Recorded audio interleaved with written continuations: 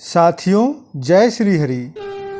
स्वागत है आपका आपके चैनल में। मित्रों, कैलाश पर्वत की ऊंचाई मात्र 6,638 मीटर है और माउंट एवरेस्ट की ऊंचाई 8,849 मीटर है। अर्थात कैलाश पर्वत माउंट एवरेस्ट से 2,211 मीटर छोटा है।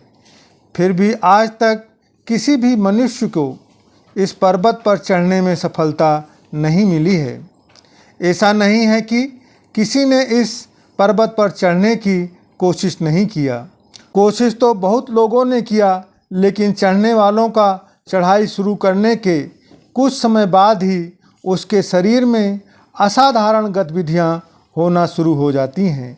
जैसे नाखून और बाल तीव्र गति से बढ़ने लगते हैं और यदि कुछ और ऊपर जाता है तो उसका दिमागी संतुलन बिगड़ने लगता है।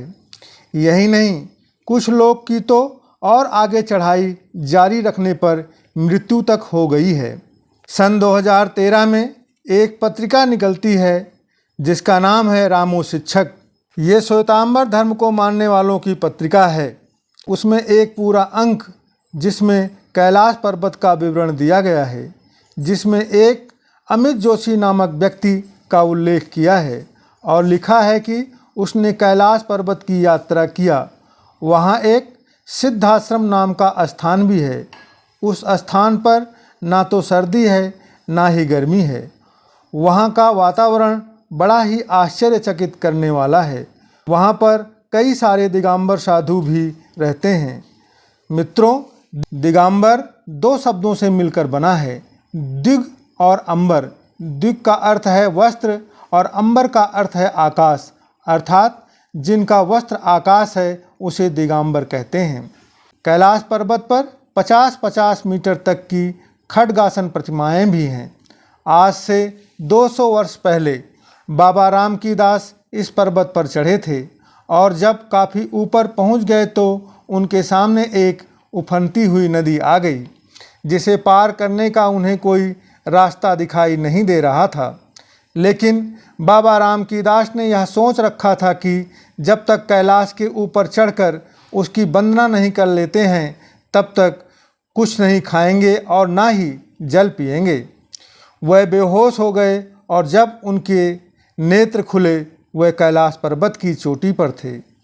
वह अपने आप ही कैलाश पर्वत की चोटी पर पहुंच गए। साथियों, कैलाश भगवान शिव का निर्वाण स्थल है जो 8वें आयाम में स्थित है। हम इंसान अभी तक केवल 3 आयाम तक ही अपनी पहुंच बना पाए हैं। इससे ऊपर अर्थात चौथे आयाम और अन्य आयामों में जाने के लिए हमें तप की आवश्यकता होगी और जब तक हम अपनी पहुंच अन्य आयामों तक नहीं बना लेते हैं तब तक कैलाश पर्वत पर चढ़ना हमारे लिए संभव नहीं होगा। कैलाश पर्वत के नीचे 2 झील भी हैं जिसे कैलाश मानसरोवर और राक्षसताल कहते हैं।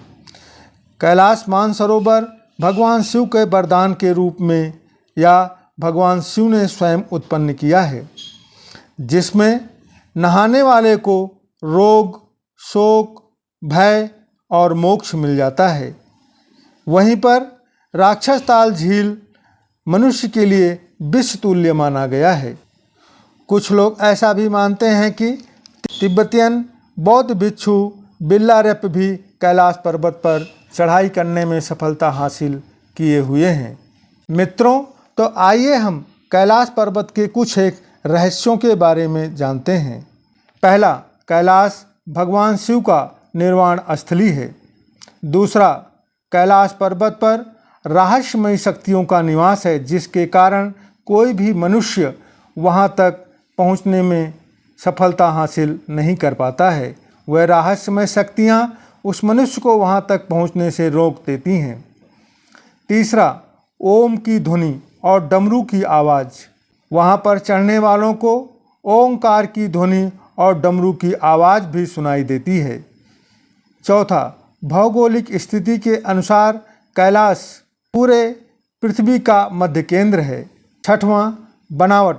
कैलाश पर्वत की बनावट अन्य पर्वतों से काफ़ी हटकर है।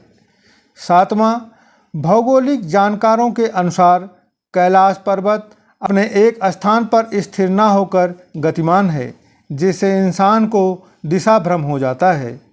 आठवां, एक अंग्रेज लॉरेंस डिसूजा जिसने चढ़ने की कोशिश की लेकिन बीच रास्ते से ही वापस आना पड़ा, उसने जो बताया वह बड़ा आश्चर्यचकित करने वाला था। उसने बताया कि जब उसने चढ़ाई शुरू किया तो उसकी उम्र 30 वर्ष थी और पूरे बाल काले थे, लेकिन जैसे जैसे वह ऊपर चढ़ता गया उसके बाल सफ़ेद और शरीर पर झुर्रियाँ आने लगी। शारीरिक क्षमता भी कम हो गई, अर्थात वह 30 साल की उम्र में ही बूढ़ा हो गया था और उसे अंततः वापस लौटना पड़ा। नौवां, दो चाइनीज़ पर्वत जिन्हें लाहाचाओ और हांगचो नाम से जानते हैं, इनके बीच में कैलाश पर्वत है। कैलाश का असर इन पर्वतों पर भी है। इनसे भी अलग अलग प्रकार की आवाज़ें आती रहती हैं। 10वां, मोक्ष प्राप्ति का रहस्य। भारतीय ऋषि मुनि ही नहीं, तिब्बतीय धर्मगुरु का ऐसा मानना है कि यदि कैलाश मानसरोवर की 3 या 13 परिक्रमा की जाए तो उस व्यक्ति को रोग, शोक और भय से मुक्ति मिल जाती है और उसके पापों का नाश हो जाता है। और वहीं 108 परिक्रमा करने वाले मनुष्य को सांसारिक बंधनों से मुक्ति मिल जाती है और मोक्ष को प्राप्त करता है। कैलाश मानसरोवर का परिक्रमा पथ लगभग 40 किलोमीटर का है। 11वां, कैलाश दूब। इस क्षेत्र में एक विशेष घास या दूब पाई जाती है जिसे कैलाश दूब के नाम से जाना जाता है। इसे भगवान शिव के प्रसाद के रूप में ग्रहण किया जाता है। ऐसा मानना है कि यह दूब एक प्रकार की संजीवनी है जिसे खाने वाला चिरंजीवी बन जाता है। साथियों, हमारी आज की यह जानकारी आपको कैसी लगी? यदि अच्छी लगी हो तो लाइक, शेयर और कमेंट करें।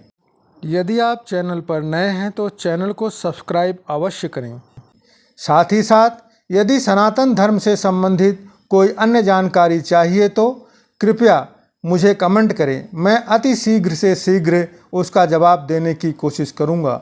तब तक के लिए प्रेम से बोलिए जय शिव शंभू, हर हर महादेव।